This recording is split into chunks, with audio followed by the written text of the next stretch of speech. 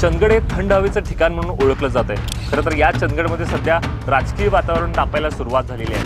खरं तर सर्व पक्षांचा जो प्रचार आहे तो प्रचाराचा धुरळा उडताना आपल्याला पाहायला मिळतोय। प्रचाराने आता शेवटचा टप्पा गाठलेला आहे। काय सांगाल? खरं तर संग्राम कुपेकर हे तुमचे बंधू आहेत, हे एकत्र आलं पाहिजेत आणि एकत्र आल्यानंतर ही विजयाची गाणी तो वेगळे असतील, ताकद वेगळी असेल। आम्ही दोघंही जे आहोत ते स्वर्गीय बाबासाहेब कुपेकरांच्या विचाराचे आहोत, त्यामुळं ह्या लोकांच्या पण जनतेच्या कल्याणासाठी पण आम्ही दोघांनी एकत्र येणं आवश्यक होतं। पण दुर्दैवानं त्यांनी तसा निर्णय घेतला नाही, पण पुढील येणाऱ्या काळात त्यांनी तो निर्णय घेतला तर आम्ही त्यांचं नक्कीच स्वागत करू। अजून 8 दिवस आहेत, काय अशी हालचाली होणार आहेत का त्यांना एकत्र आणण्यासाठी? आमच्याकडून the doors are open, it is never too late for anything. ते काही एका वृत्तवाहिनीशी बोलताना म्हणाले की ताईंच्या शब्दापुढे मी नाही आहे, तुम्ही हाक द्या।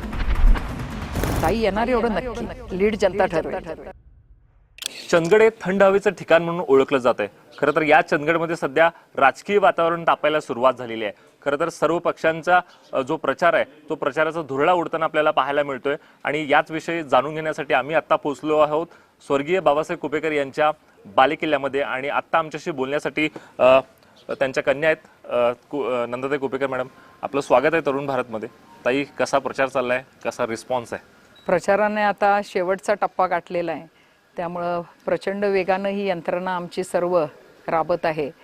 प्रतिसाद अतिशय उत्तम मिळत आहे, सामान्य जनतेतून असेल किंवा जे आपले प्रोफेशनल्स ज्यांना म्हणतो आपण, वकील, डॉक्टर, व्यापारी संघटना, ह्या समाजातील प्रत्येक घटकाकडून एक अतिशय चांगला आणि उत्स्फूर्त असा प्रतिसाद मिळताना दिसत आहे। चंदगडबद्दल वारंवार बोललं जातंय की चंदगड हा विकासापासून वंचित आहे, यासाठी तुमचं महत्त्वाचं पाऊल काय असणार आहे? चंदगड विधानसभा मतदारसंघ हा 3 तालुक्यांनी बनलेला आहे। आजऱ्याचा काही भाग आहे, गडिंग्लजचा काही भाग आहे आणि पूर्ण चंदगड तालुका आहे।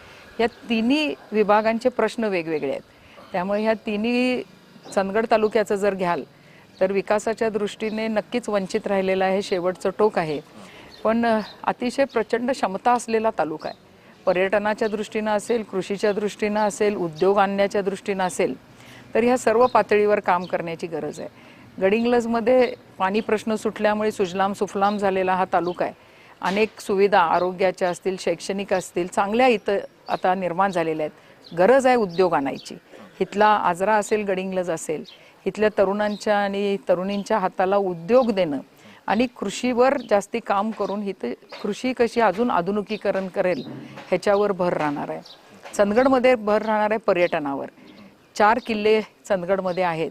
पर्यटन विकसित करणं, तुम्ही म्हणाला की हा थंड हवेचं ठिकाण आहे, खरोखर ह्याला प्रतिमहाबळेश्वर ह्या धर्तीवर त्याचा विकास करणं गरजेचं आहे की जेणेकरून पर्यटक मोठ्या प्रमाणात येईल। नुसतंच किल्ले पर्यटन नाही तर कृषी पर्यटन। आज आपल्याला कल्पना आहे की अनेक लोकांना काजू कसा लागतो हे देशात माहीत नाही आहे, त्यामुळे रताळी इथं आहे, बटाटा आहे, इथं काजू आहे आणि काही भाग कोकणाच्या बॉर्डरमध्ये असल्यामुळे आंबा, फणस, तर हे कृषी पर्यटन पण फार मोठ्या प्रमाणात आपण इथं विकसित करू शकतो।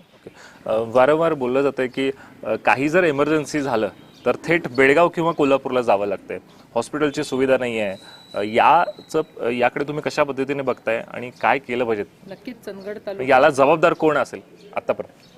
आतापर्यंत कोण जबाबदार आहे ह्याच्यापेक्षा आता पुढं आपण काय करू शकतो ह्याच्यावर माझा भर राहील। ह्यावर नक्कीच स्वर्गीय कुपेकर साहेब असताना पाटणे फाट्यावर एक 100 खाटांचं ट्रॉमा केअर सेंटर आणण्याचं काम त्यांनी केलं होतं। त्याला मंजुरी मिळाली, आईसाहेबांच्या काळात त्याला बजेट लागून आम्ही घेतलं, त्याच्यासाठी 2.5 एकर जागाही मिळवून दिली MIDC मध्ये। पण दुर्दैवानं ह्या 5 वर्षात लोकप्रतिनिधींचं ह्याच्याकडं अशा अनेक ज्या मूलभूत सुविधा या सगळ्याकडेच दुर्लक्ष झालेलं आहे। त्याच्यापैकी हे पाटणे फाट्याचं ट्रॉमा केअर एक सेंटर म्हणता येईल। तर हे ट्रॉमा केअर सेंटर नसल्यामुळे आणि रस्त्यांची दुर्दशा झाल्यामुळे, एक उदाहरण मी तुम्हाला देईन की बेळगाव वेंगुर्ला हायवे जर तुम्ही गेला असाल, म्हणजे आम्ही आता तिथूनच आलो, तर त्या रस्त्याची दयनीय अवस्था, अतिशय दयनीय अवस्था आहे। तो रस्त्याचं चौपदरीकरण करणं गरजेचं आहे। येण्या जाण्याचा मार्ग आहे, म्हणजे पेशंट पण सगळे आपले त्या मार्गाने जातात। तर पाटणे फाट्याचं जर ट्रॉमा केअर सेंटर असतं, गेल्या वर्षात 32 मृत्यूमुखी पडलेले आहेत। ॲक्सिडेंट्स तर असंख्य झालेले आहेत, पण मृत्यूमुखी 32 मुलं पडलेली आहेत तिथं। ही अतिशय गांभीर्यानं घेण्याची घटना आहे। जर पाटणे फाट्याचं ट्रॉमा केअर सेंटर चालू असतं तर नक्कीच काही जीव वाचू शकले असते.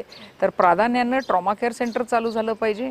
आणि ज्या धर्तीवर गडिंग्लजमध्ये 100 खाटांचं हॉस्पिटल आहे, जिथं हजारो रुग्ण एकही पैसा न भरता ट्रीटमेंट घेतात, तसं चंदगडचं आपल्या हक्काचं एक हॉस्पिटल 100 खाटाचं असणं, की विशेषतः माता शिशु यांची काळजी घेणारं, आणि कॅन्सर सेंटर, आज घराघरात कॅन्सरचे पेशंट आहेत. तर ही आरोग्य सुविधा चंदगडमध्ये आणणं हे अतिशय आता प्राधान्यानं करायच्या गोष्टी आहेत. ताई, एव्हीएच प्रकरणात तुम्ही बरेच ॲक्टिव्ह होतात, रस्त्यावर उतरलात, त्यामध्ये तुम्हाला जेलही झाली. काय प्रकरण होतं ते? एव्हीएच हे कोल्टार डिस्टिलेशन इंडस्ट्री होती.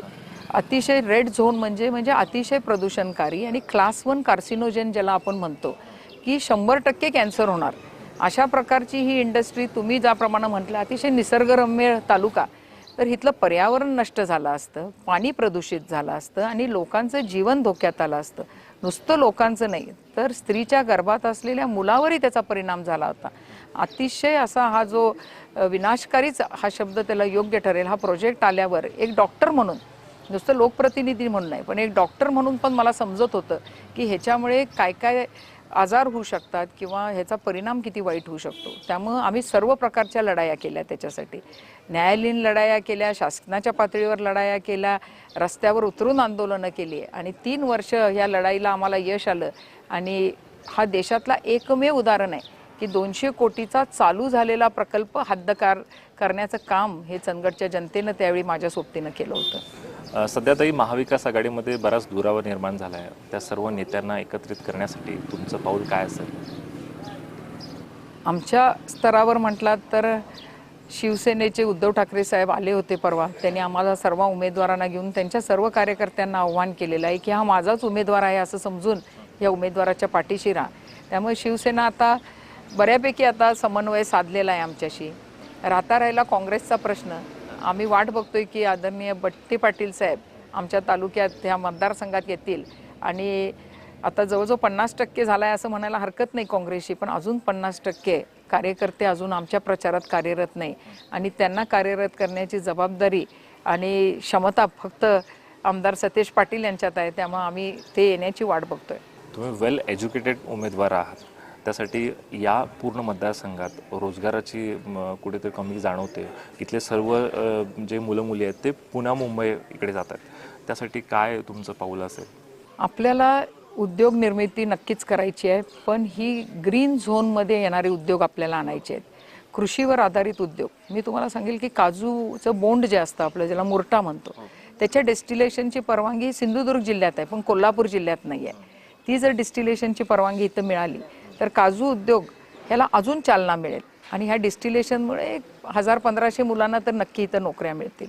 आज आपल्याकडे रताळा बटाटा मोठ्या प्रमाणात होते. तुम्हाला माहिती आहे की रताळ्याचे चिप्स आता हार्टसाठी पण चांगले, असं सगळीकडे जगात आम्ही डॉक्टर म्हणून सांगतोय.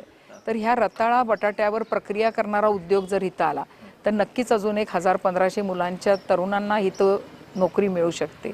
पर्यटन, चंदगडमध्ये पर्यटक येतोय नाही असं नाही, पण थांबत नाही, कारण इथं खाण्यापिण्याची राहण्याच्या चांगल्या व्यवस्था नाही. जर हॉटेल इंडस्ट्री आपण इथं आणू शकलो, एक 10-15 अगदी चांगल्या क्वालिटीचे हॉटेल्स जर इथं आले, ज्याची म्हणजे खूप क्षमता आहे चंदगडमध्ये ह्याची, तर ते जर आले तर अजून 1000-1500 मुलांच्या हाताला नोकऱ्या मिळू शकतील. We are well connected. एका बाजूला मोपा एअरपोर्ट आहे, बेळगाव एअरपोर्ट आहे, कोल्हापूर एअरपोर्ट आहे.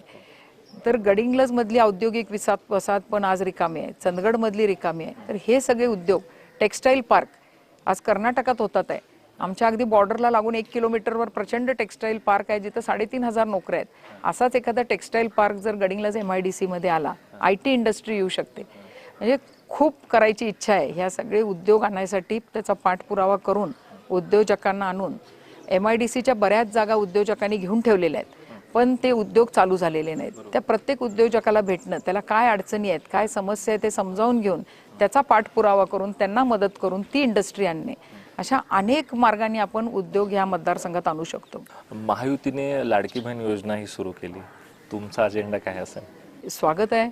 महिलांना आधार देण्याची गरज आहे, पण महिलांना आधार देता देता त्याचा उपयोग हा महिलांना एक ब्लॅकमेल करण्यासाठी किंवा त्यांच्यामध्ये भीती निर्माण करण्यासाठी केला जाऊन जो प्रकार अलीकडे कोल्हापूरमध्ये घडला, अतिशय निंदनीय प्रकार घडला.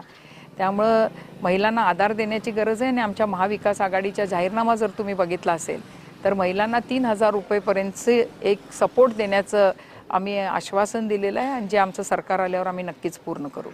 खरं तर राज्यात असं म्हटलं जातं की एकत्र ठाकरे बंधू एकत्र आले पाहिजेत आणि चंदगडमध्ये कुपेकर बंधू एकत्र आले पाहिजेत. काय सांगाल? खरं तर संग्राम कुपेकर हे तुमचे बंधू आहेत, हे एकत्र आलं पाहिजेत आणि एकत्र आल्यानंतर ही विजयाची गणित वेगळे असतील, ताकद वेगळी असेल. नुसतं राजकारणापुरतं नव्हे, माझी अतिशय प्रामाणिक इच्छा ह्यावेळी होती की घरातले किंवा आमच्यामधले जे मतभेद आहेत ते वैचारिकच आहेत, असं काय आमचं कशा दुसऱ्या प्रॉपर्टीवरून वगैरे वाद नाही आहे. तर ते मतभेद मिटावेत, हे कुटुंब एकत्र आणावं. शेवटी आम्ही दोघंही जे आहोत ते स्वर्गीय बाबासाहेब कुपेकरांच्या विचाराचे आहोत. त्यामुळं ह्या लोकांच्या पण जनतेच्या कल्याणासाठी पण आम्ही दोघांनी एकत्र येणं आवश्यक होतं. पण दुर्दैवानं त्यांनी तसा निर्णय घेतला नाही. पण पुढील येणाऱ्या काळात त्यांनी तो निर्णय घेतला तर आम्ही त्यांचं नक्कीच स्वागत करू. अजून 8 दिवस आहेत, काय अशी हालचाली होणार आहेत का त्यांना एकत्र आणण्यासाठी? आमच्याकडून the doors are open. It is never too late for anything. ते काही एका वृत्तवाहिनीशी बोलताना म्हणाले की ताईंच्या शब्दापुढे मी नाही आहे, तुम्ही हाक द्या. वारंवार हाक दिलेली आहे आणि आज तुमच्या ह्या प्लॅटफॉर्मवरून पुन्हा एकदा हाक देईन मी त्यांना की अजून वेळ गेलेली नाही आहे. अजूनही आपण एकत्र येऊ शकतो. पुन्हा ही संघटना जी स्वर्गीय कुपेकर साहेबांनी उभी केलेली आहे ती, तुम्हीही त्या संघटनेचे भाग आहात, तुम्हीही त्याच्यातून मोठे झालात. माझ्यापेक्षा जास्ती अनुभव तुम्हाला आहे या क्षेत्रातला. तुम्ही आणि मी जर एकत्र झालो तर ह्या मतदारसंघात आपली ताकद फार मोठी होऊ शकते आणि आपण चांगल्या प्रकारे येणाऱ्या भविष्यात काम करू शकतो. त्यामुळं केव्हाही ह्या वाड्याचे दरवाजे आणि आमच्या मनाचे दरवाजे तुमच्यासाठी उघडे आहेत. तुम्ही महिला आहात आणि वारंवार राज्यात वेगवेगळे अत्याचार झाले या सरकारच्या ह्याच्यामध्ये, यासाठी तुमचं पाऊल काय असेल महिलांच्या सुरक्षतेसाठी?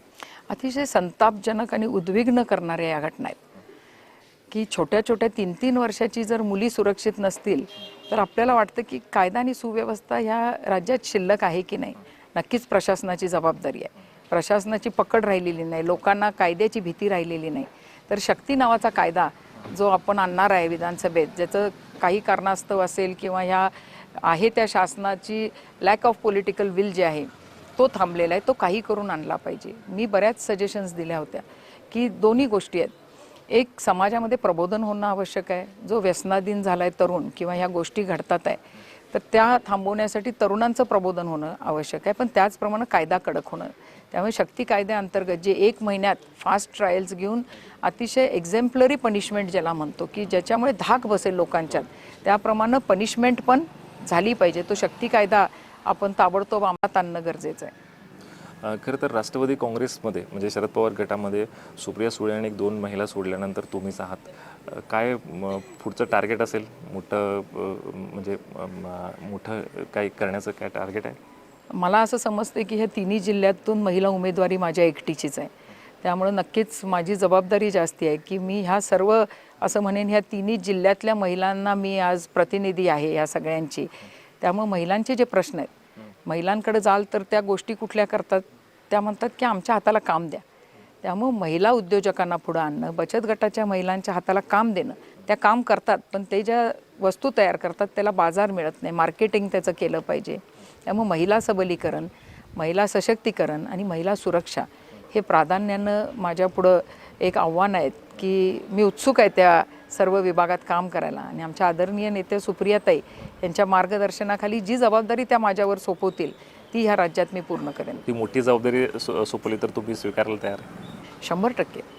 राजकारणात मी आहे ते समाजकारण करण्यासाठी. मी स्वतः पेशानं डॉक्टर आहे, त्यामुळे आरोग्य या विभागात मला नक्कीच काम करायला आवडेल. तुमच्या बाजूलाच लगत सीमा भाग आहे.